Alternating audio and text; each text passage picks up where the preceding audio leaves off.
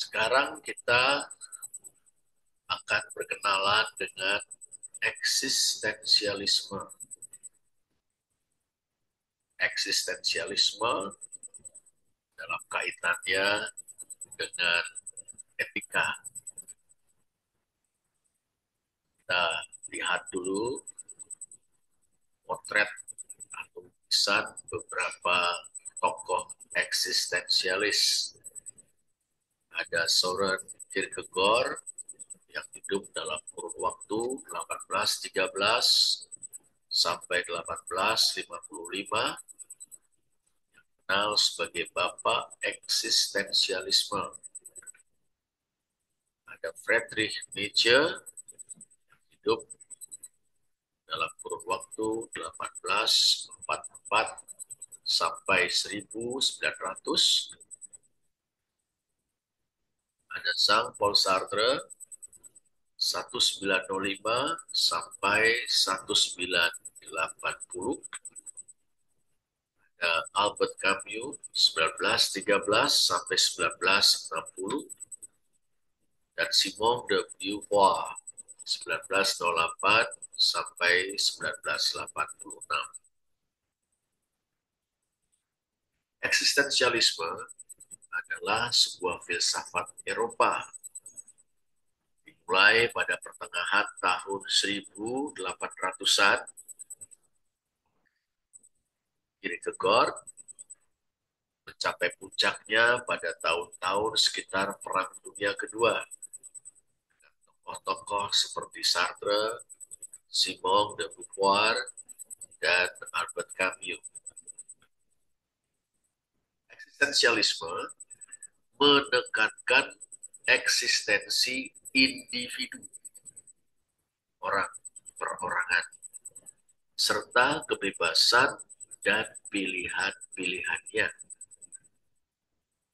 Menurut eksistensialisme, manusia dalam arti individu mendefinisikan makna hidupnya sendiri dan mencoba membuat keputusan yang rasional meskipun berada di dalam suatu semesta yang tidak rasional. Nah ini ya, manusia mendefinisikan makna hidupnya sendiri. Manusia memaknai hidupnya sendiri. Manusia menciptakan makna bagi hidupnya sendiri. Ia mencoba membuat keputusan yang rasional di dalam sebuah semesta yang tidak rasional. Eksistensialisme percaya bahwa individu sepenuhnya bebas, sekaligus harus mengambil tanggung jawab pribadi untuk dirinya sendiri. Nah, ini dia. Setiap individu memiliki kebebasan sepenuhnya. Justru oleh karena itu, tiap-tiap individu harus mengambil tanggung jawab pribadi untuk diri mereka sendiri. Meskipun hal itu menimbulkan kegelisahan, penderitaan, bahkan ketakutan yang mendalam. Ini sangat menarik. Ya, individu sepenuhnya bebas. Dalam kebebasannya, ia harus mengambil tanggung jawab pribadi untuk dirinya sendiri. Kebebasan itu, pengambilan tanggung jawab itu menimbulkan kegelisahan, penderitaan, bahkan ketakutan yang mendalam.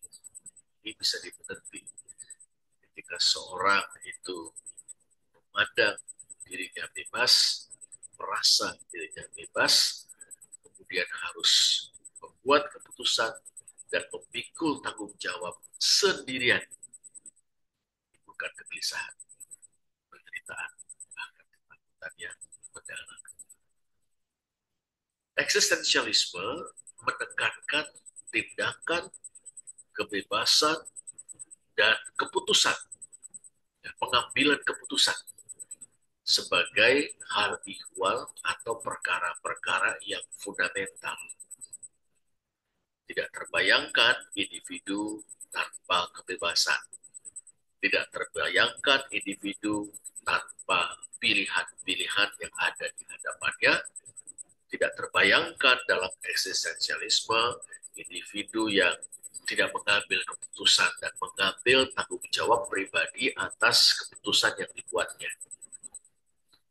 Nah, menurut eksistensialisme, kondisi manusia pada dasarnya absurd atau tidak masuk akal. Bayangkan, seorang manusia lahir di dunia ini tanpa ia minta. Sementara ia menjalani hidup, ia mengalami berbagai-bagai penderitaan. Dan hidupnya akan berakhir dengan kematian. Lahir tanpa ia minta. Menjalani hidup syarat dengan penderitaan. Kemudian bermuara atau berakhir dalam kematian. Bagi eksistensialisme, ini merupakan sesuatu yang absurd, suatu kenyataan yang absurd tentang hidup manusia. Nah, satu-satunya cara untuk mengatasi absurditas ini adalah manusia sebagai individu menggunakan kebebasan dan membuat pilihan serta memikul tanggung jawab. Ini bukan soal benar atau salah, tapi soal memaknai hidup yang absurd ini atau menciptakan makna di tengah-tengah kehidupan yang absurd ini. Gunakanlah kebebasan, buatlah pilihan, dan pikulah tanggung jawab. Eksistensialisme. Ya. Kalau menurut Kierkegaard, tidak ada logika, sains, pengetahuan, atau filsafat yang dapat membuktikan eksistensi Allah. Kierkegaard seorang Kristen yang percaya kepada Allah, percaya kepada Yesus Kristus, ya, percaya, ya, ya, iman seperti itu. Tapi menurut dia, eksistensi atau keberadaan Allah tidak bisa dibuktikan, baik oleh logika, ilmu pengetahuan, maupun filsafat. Semuanya tidak bisa membuktikan eksistensi Allah, tidak bisa membuktikan bahwa Allah ada. Soal adanya Allah atau eksistensi Allah itu adalah soal iman. Dan beriman berarti melakukan lompatan iman. Kita tidak bisa tahu pasti Allah itu ada. Kita menggunakan logika, menggunakan sains, menggunakan filsafat. Kita hanya bisa merasakan Allah itu ada dengan melakukan suatu lompatan ke dalam gelap. Jadi bukan soal benar atau tidak benar Allah itu secara objektif ada atau tidak ada, tapi soal keberanian untuk membuat keputusan. Ya, saya mau percaya kepada Allah. Ini soal lompatan iman, lompatan ke dalam kegelapan. Kita nggak tahu ada apa di sana. Lompat ke sana, seakan-akan melompat ke dalam jurang. Itu merupakan suatu keputusan yang berani, suatu keputusan yang diambil berdasarkan kesadaran tentang diri kita sebagai makhluk bebas yang harus membuat keputusan dalam rangka memaknai hidup kita. Ya, tidak ada alasan untuk lompatan iman ini menurut Kierkegaard. Selain fakta bahwa lompatan iman akan membantu kita untuk membuat kehidupan kita ini layak dijalani. Bukan soal benar atau tidak benar, tapi ini soal memberi makna kepada hidup kita yang absurd. Ini soal menciptakan makna bagi hidup kita. Nah, ini dia ya. Kierkegaard adalah seorang eksistensialis. Karena ia mengklaim bahwa kita ini sebagai manusia bertanggung jawab untuk memberi makna pada kehidupan kita sendiri, yaitu melalui lompatan iman. Bukan soal benar tidak benar, bukan soal sesuatu kita ketahui secara objektif sebagai sesuatu yang sungguh-sungguh ada, bukan soal kebenaran-kebenaran yang kita miliki sebagai konsep, tapi soal memaknai hidup harus berani melakukan sesuatu.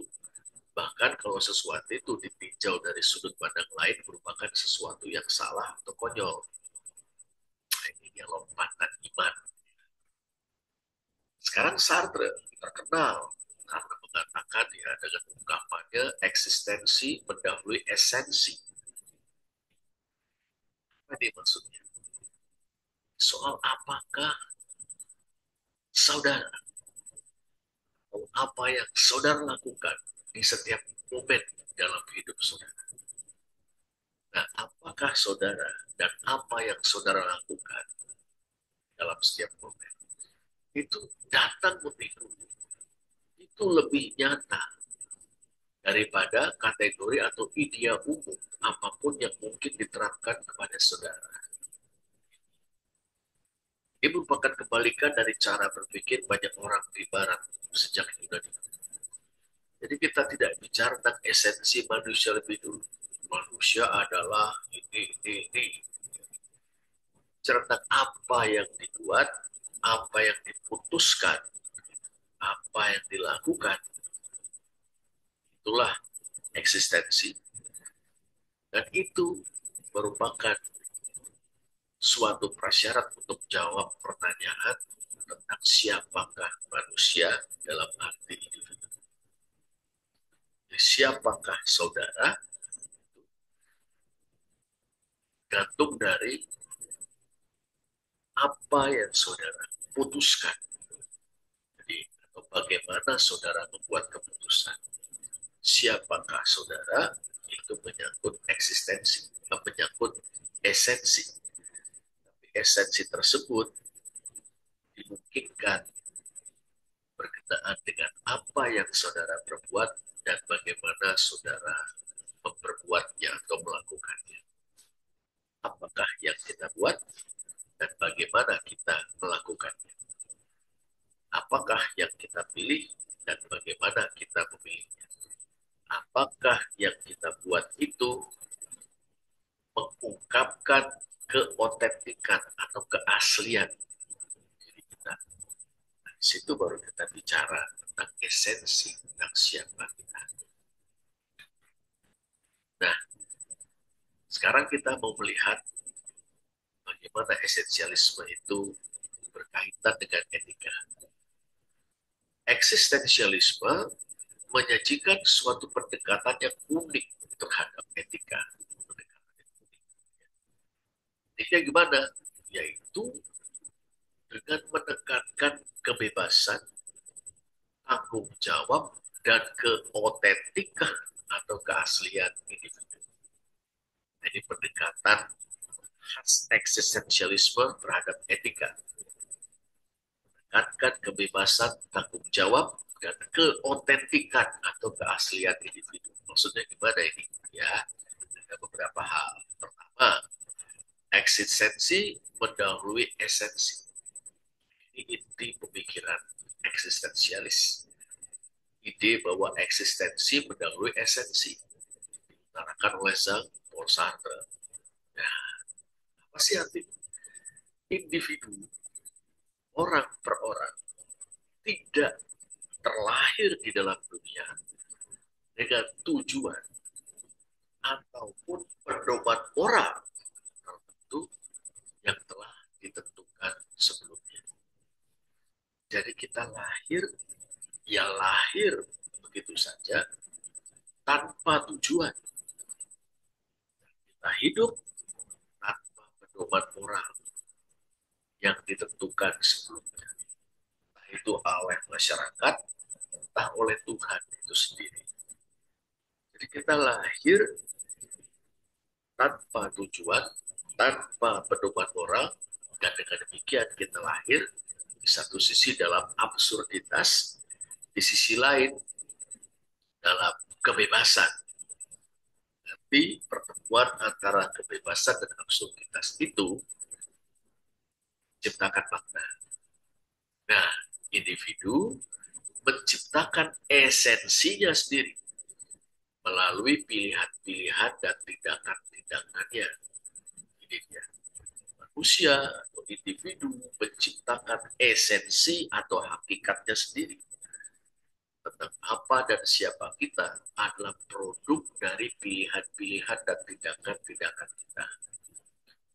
Dan prinsip yang sangat mendasar ini menggarisbawahi pentingnya agensi personal atau individu sebagai pelaku orang, individu sebagai pelaku ya, dalam pengambilan keputusan etis, individu sebagai subjek dalam pengambilan keputusan etis. Ini yang pertama, ya, eksistensi mendahului esensi. Ciptakan makna, kita menciptakan esensi kita tentang apa atau siapa kita melalui pilihan-pilihan dan tindakan-tindakan. Yang kedua adalah kebebasan radikal dan tanggung jawab.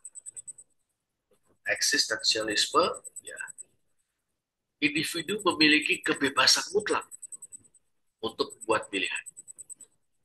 Tapi sekaligus disertai dengan beban tanggung jawab atas pilihan tersebut.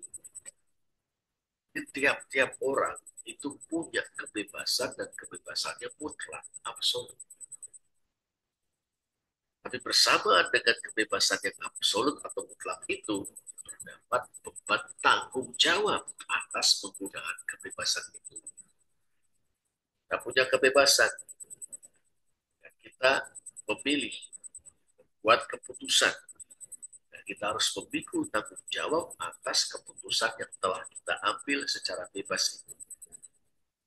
Nah, setiap orang bertanggung jawab atas tindakannya, konsekuensinya.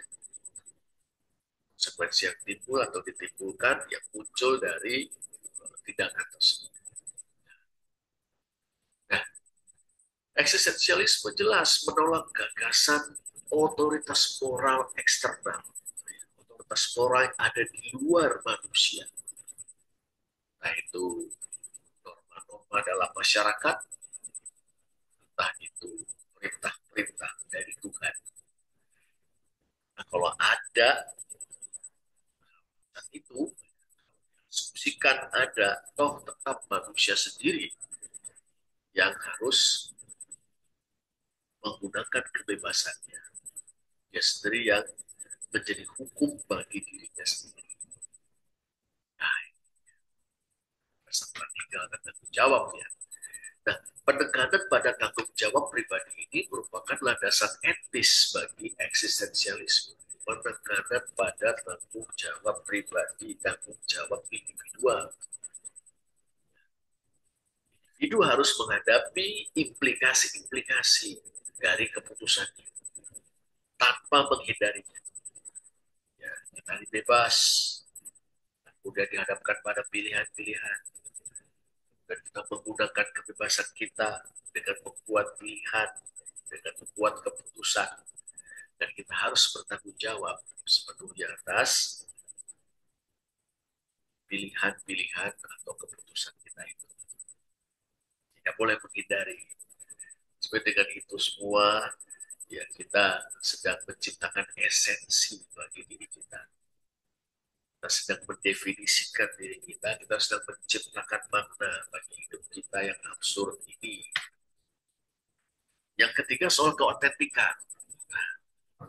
Hidup secara otentik atau hidup secara asli merupakan kebaikan etis atau sumum bonum, ya, kebaikan etis yang paling tinggi atau sumum bonum, kebaikan tertinggi dalam eksistensialisme.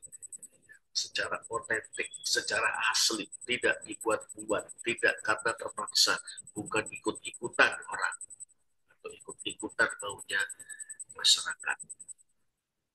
Hidup secara otentik dianggap sebagai kebaikan etis yang paling tinggi dalam eksistensialisme. Nah, hidup secara otentik itu melibatkan pengambilan pilihan-pilihan dan pembuatan keputusan yang mencerminkan diri dan nilai-nilai sejati seseorang.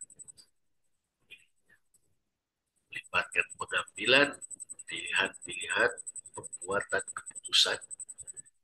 Itu pengambilan pilihan-pilihan, pembuatan keputusan mencerminkan diri dan nilai-nilai sejati seseorang. Orang yang bebas membuat pilihan. Orang yang bebas membuat keputusan tanpa dipaksa atau tanpa paksaan, bukan ikut-ikutan, bukan latah, tapi dia melakukannya dengan merdeka. Nah, itulah diri dan nilai sejatinya. Ketimbang menyesuaikan diri dengan harapan-harapan masyarakat atau tekanan-tekanan eksternal. Mengapa kita tidak mencuri? Wah, karena masyarakat melarangnya. Wah, itu tidak otentik. Mengapa tidak mencuri? Karena saya tidak mau mencuri. Mengapa tidak mau mencuri? Karena itu kebebasan saya untuk memilih tidak mau mencuri. Sehingga saya tidak mencuri. Mengapa setia kepada pasangan, kepada suami, atau kepada istri? Bukan karena diharuskan oleh masyarakat, bahkan Tuhan. Tapi karena saya mau setia. Mengapa mau setia? Karena itu adalah kebebasan saya. Nah, ini eksistensialisme. Ya, keotentikan, keaslian. Ingin menjadi diri sendiri, ingin melakukan hal-hal, dan hal-hal itu asli. Bukan karena ikut-ikutan, bukan karena kehausan atau kewajiban, bukan karena paksaan, tapi justru karena saya orang merdeka. Nah, keotentikan itu membutuhkan kesadaran diri dan keberanian. Sadar, berani untuk bertindak sesuai dengan keyakinan yang ada pada kita. Nah, dengan merangkul kompleksitas dan ketidakpastian eksistensial, ya ada risikonya. Kita melakukan sesuatu dengan sadar, dengan bebas, gitu kan, sesuai dengan yang kita yakini. Pasti ada risikonya. Situasinya memang kompleks, tapi kita buat, ya, kita melakukan itu dengan bebas, dengan berani, dan kesiapan untuk menanggung risikonya, memikul konsekuensi-konsekuensinya. Yang keempat adalah subjektivitas nilai-nilai moral. Etika eksistensialis menolak kebenaran moral yang objektif atau universal. Tidak ada itu, ya, kebenaran moral yang objektif, yang universal, yang berlaku di mana-mana. Nah, menurut kaum eksistensialis, ya, nilai-nilai moral itu sifatnya subjektif, muncul dari pengalaman dan perspektif individu. Di nilai moral itu sebetulnya adalah suatu pancaran dari pengalaman, kesadaran, dan perspektif perorangan atau individu. Sesuatu itu bukan soal benar atau salah, ya, tapi soal asli atau tidak. Dan ini subjektif. Nah, subjektivitas ini mengundang introspeksi, mengharuskan kita untuk introspeksi dan mengakui bahwa keputusan etis seringkali rumit, ambigu, dibentuk oleh narasi pribadi, bukan oleh aturan-aturan yang baku dari masyarakat, dari negara, dari Tuhan. Tidak. Berikutnya adalah dalam eksistensialisme, ya, penolakan terhadap moralitas eksternal. Kaum eksistensialis menantang kerangka etika tradisional yang memaksakan standar-standar atau aturan-aturan eksternal. Moralitas tradisional, etika tradisional, baik itu deontologi, etika kewajiban, baik itu etika kebajikan, yudamonisme, yudaimonisme, maupun etika tujuan atau konsekuensialisme. Nah, individu harus menentukan kode moral, prinsip moral, aturan moralnya sendiri berdasarkan pengalaman, situasi pribadi, dengan menekankan otonomi dalam mempertimbangkan etika. Ya, saya adalah tuan atas diri saya sendiri, bukan orang lain. Saya inilah tuan bagi diri saya sendiri. Saya punya kebebasan atas diri saya. Saya punya kebebasan untuk memilih ini atau memilih itu. Saya punya kebebasan untuk membuat keputusan. Saya siap untuk menanggung konsekuensi.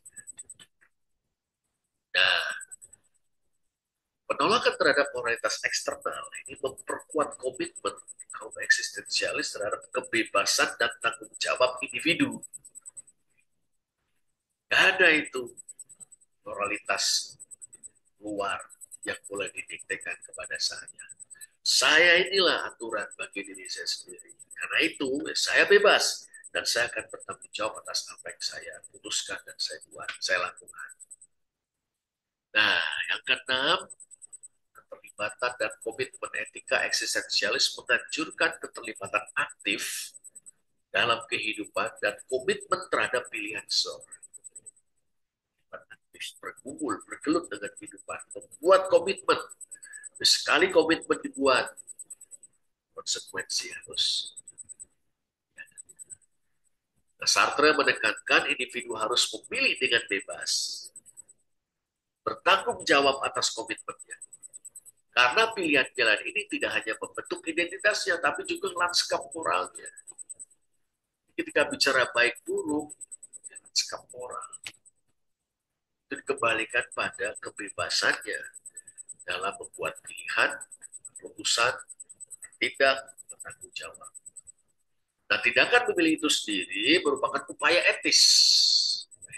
Memilih karena bebas. Karena bebas, maka bisa memilih. Karena memilih, maka keputusan dibuat. Karena keputusan dibuat oleh orang bebas, maka tanggung jawabnya ada dan saya akan memikulnya. Nah, ini upaya etis. Keren juga eksistensialisme ya. Nah, sekarang kita masuk ke dalam kritik terhadap eksistensialisme. Kritik terhadap pendekatan eksistensialis ya pada etika mengungkapkan keprihatinan serius dari pihak yang tidak setuju tentunya berkenaan dengan implikasi etika eksistensialis terhadap filsafat moral, sama relativisme moral. Eksistensialisme, kata para kritikus, bisa bermuara pada relativisme moral. Kok bisa? Dengan menekankan otonomi individu dan pengalaman subjektif, otonomi individu bahwa aku adalah tuan atas diriku sendiri, aku bebas, pengalaman subjektif, ya. Ini yang ku alami, pengalamanku, gitu kan, bukanmu atau kita, pengalamanku. Nah, dengan menekankan itu, eksistensialisme menyatakan bahwa nilai-nilai moral tidak universal, tapi muncul dari pilihan-pilihan personal. Saya memilih untuk setia. Itulah moralitas. Saya memilih untuk tidak setia. Itulah moralitas. Saya pencipta moral saya sendiri. Tiap-tiap orang pencipta esensinya atau hakikatnya, pencipta moralitasnya, pencipta makna itu. Nah, perspektif ini dapat mengakibatkan ketiadaan standar moral yang absolut ini kalau kata para pengkritik. Ya. Sehingga sulit untuk membedakan yang benar yang salah ini. Dikembalikan kepada individu yang punya kebebasan mutlak, yang dengan kebebasannya membuat pilihan, membuat keputusan, dan bertanggung jawab atas konsekuensi-konsekuensi. Yang kedua, kritik bahwa eksistensialisme ini nggak punya moralitas yang objektif. Kaum eksistensialis memang sering menolak gagasan tentang tatanan moral yang eksternal atau nilai-nilai absolut. Nggak ada itu, hukum di luar sana. Terus perangkat aturan itu tidak ada kaitannya dengan saya. Tapi tanpa otoritas moral yang lebih tinggi atau prinsip-prinsip yang baku atau tetap, etika eksistensialis dapat dilihat sebagai pendukung mentalitas apa saja boleh.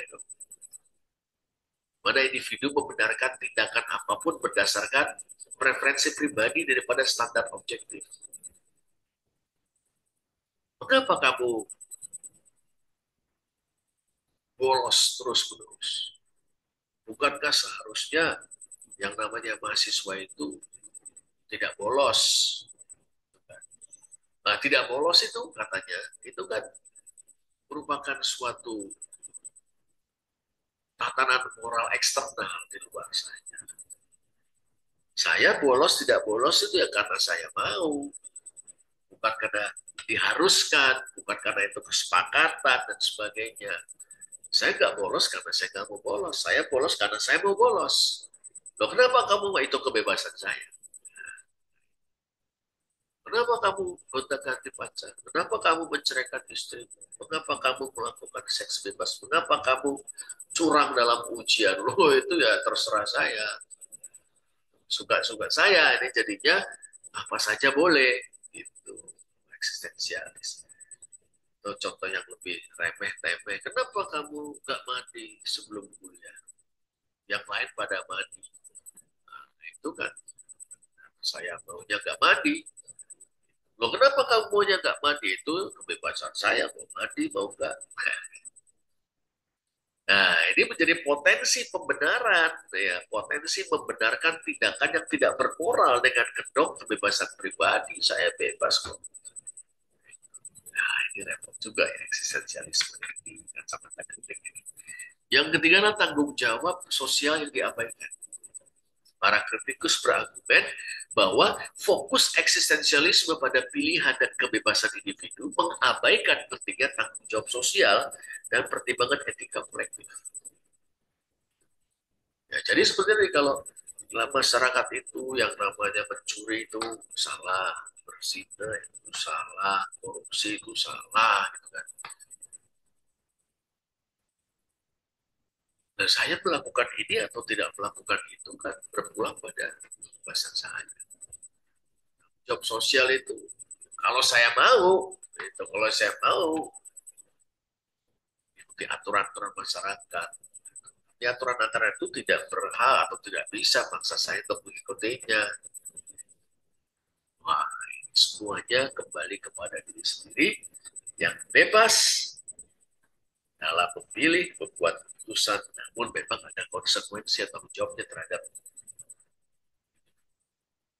Nah, penekanan pada individualisme ini dapat menyebabkan kurangnya solidaritas di antara manusia, ya kembali kepada individu. Sehingga sulit untuk mengatasi masalah atau dalam hal ini misalnya contohnya ketidakadilan sosial, ya, itu dia, secara efektif. Dikembalikan kepada masing-masing dengan asumsi masing-masing punya kebebasan mutlak.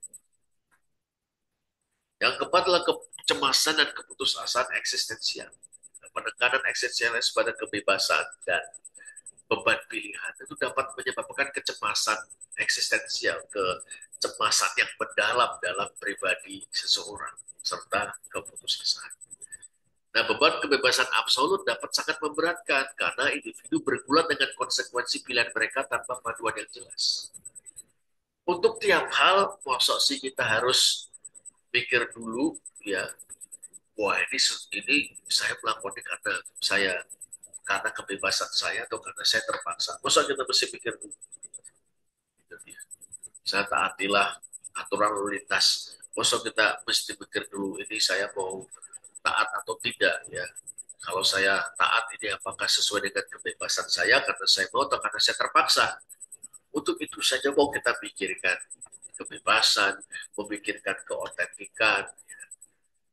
Kalau dalam berbagai hal, setiap hal kita melakukan itu, jadi kita cemas. Apalagi kita menyadari gak ada pedoman moral yang kita akui. Tiap kali kita harus menjadi kompas moral bagi diri kita sendiri.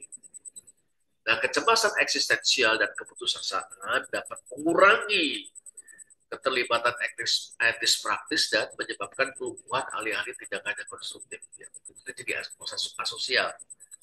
Ya, kita merasa asing di tengah-tengah banyak orang atau kita menjadi asing di tengah-tengah masyarakat. Nah, itu dia kita apa namanya berpedoman. Saya sebagai makhluk yang bebas mutlak, saya harus buat keputusan yang bebas. Meskipun untuk itu saya harus memikul tanggung jawabnya. Stres lama-lama, depresi. Nah, yang kelima adalah kerangka etis yang inkonsisten. Kaum eksistensialis menganjurkan keotentikan dan tanggung jawab pribadi. Oke. Tapi para kritikus berargumen bahwa kerangka kerja ini tidak menyediakan kriteria yang memadai untuk menilai tindakan di luar perspektif individu. Ya, karena ukurannya ya diri saya sendiri. Ya, asli tidaknya putusan itu, kebebasan itu sendiri. Terus apa yang bisa diharapkan sebagai kerangka kerja etis moral dalam hal ini? Ya, karena dikembalikan pada kebebasan. Nah, ketidakkonsistenan ini menimbulkan pertanyaan, bagaimana seorang bisa mengklaim validitas keabsahan etikanya kalau penilaian moralnya sangat subjektif? Wah, bayangkan kalau kita ini jadi eksistensialis, ya, apalagi eksistensialis yang konsisten. Wah, kacaulah komunitas, kacaulah masyarakat, kacaulah kehidupan bersama. Nah, yang keenam, kritiknya adalah potensi membenarkan tindakan yang merugikan. Ide eksistensialis bahwa individu-individu dapat menciptakan nilai-nilai mereka sendiri menimbulkan keprihatinan dari para pengkritik, ya, yaitu tentang pembenaran tindakan yang merugikan atau tindakan tidak etis atas nama kebebasan pribadi. Kenapa kok putar musik cadas malam-malam pakai loudspeaker, ya loudspeakernya di style keras-keras gitu kan? Kebebasan pribadi. Mengapa nyari ikan dengan nyetrum? Kebebasan pribadi. Kenapa kamu apa namanya berselingkuh? Kebebasan pribadi. Yang tidak etis, tidak bermoral, seakan-akan jadi etis karena sesuai dengan kebebasan pribadi. Nah, tanpa landasan moral bersama, individu mungkin melakukan tindakan yang merugikan orang lain, tapi mengklaim keotentikan dalam pilihan mereka. Misalnya saya ini sedang setir mobil, tengah hujan, di seberang sana ada seorang nenek melintas sedang menyeberang jalan, ya, saya buat keputusan dengan kebebasan saya, otentik, saya tabrak saja nenek itu. Wah, ini atau ya saya jangan tabrak, saya ngerem, saya berhenti, lalu saya bantu menyeberangkan nenek itu. Tapi kalau itu merupakan suatu keharusan karena dituntut masyarakat, saya tidak otentik. Tapi kalau saya berhentikan, menghentikan mobil, saya turun dan menyeberangkan nenek itu dalam kebebasan saya karena saya mau melakukannya, baik itu otentik.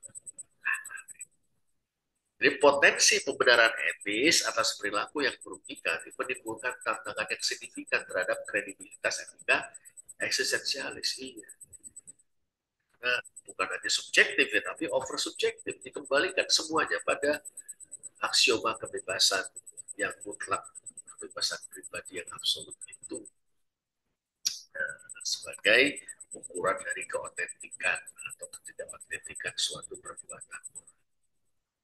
Nah, ada satu hal yang perlu kita kemukakan dengan jujur bahwa etika eksistensialis ini etikanya orang-orang pemberani, nggak ikut-ikutan, punya prinsip sendiri, ya tidak mau didikte, nggak mau membeo.